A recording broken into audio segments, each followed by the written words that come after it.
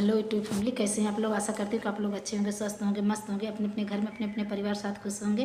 और देखिए, एक नवरात्रि पचरा गीत सुना रहे हैं, बहुत बढ़िया पचरा गीत है। आप लोग सुनिएगा और ढेर सारा प्यार दुलार आशीर्वाद जरूर दीजिएगा। आप लोग हाँ, चैनल से आप लोग जरूर जुड़िएगा। जरूर जुड़िएगा। कमेंट करके बताइएगा कि हम लोग गाना आप लोग कैसा लगा। कने बन बोले ले चिरैया हो कवने बन मोर हो कवने बन मोर बोले हो मोरी ननदी कवने बन बोले ले कोयलिया हो जागीना मैया भोर हो जागीना मैया भोर भय हो मोरी ननदी कवने बान बोले ले कोयलिया हो जागीना मैया भोर हो जागीना मैया भोर भइले हो।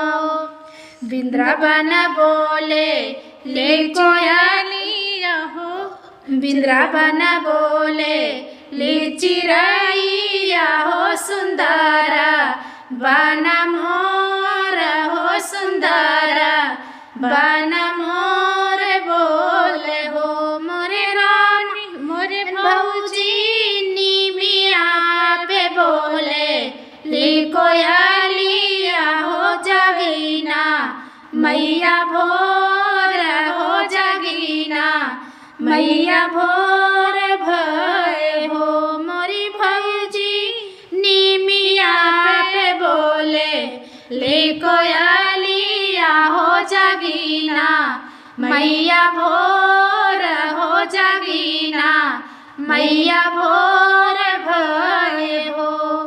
कई बदे बोले ले चिरैया हो तकाई बदे मोर हो तकाई बदे मोर बोले हो मोरी ननदी काई बदे बोले ली कोयलिया हो जागीना मैया भोर हो जागीना मैया भोर भय हो मोरी ननदी काई बदे बोले ली कोयलिया हो जागीना मैया भोर हो जागीना मैया भोर भय हो। सझमा के बोले ले चिरैया हो तराती या के मोर रहो तराती या के मोर बोले हो मोरी भौजी भोरवैये में बोले ले कोयलिया हो जागीना मैया भोर हो जागीना मैया भोर भय हो मोरी भौजी भोरवैये में बोले ले कोयलिया हो जागीना मैया भोर हो जागीना मैया भोर भय हो।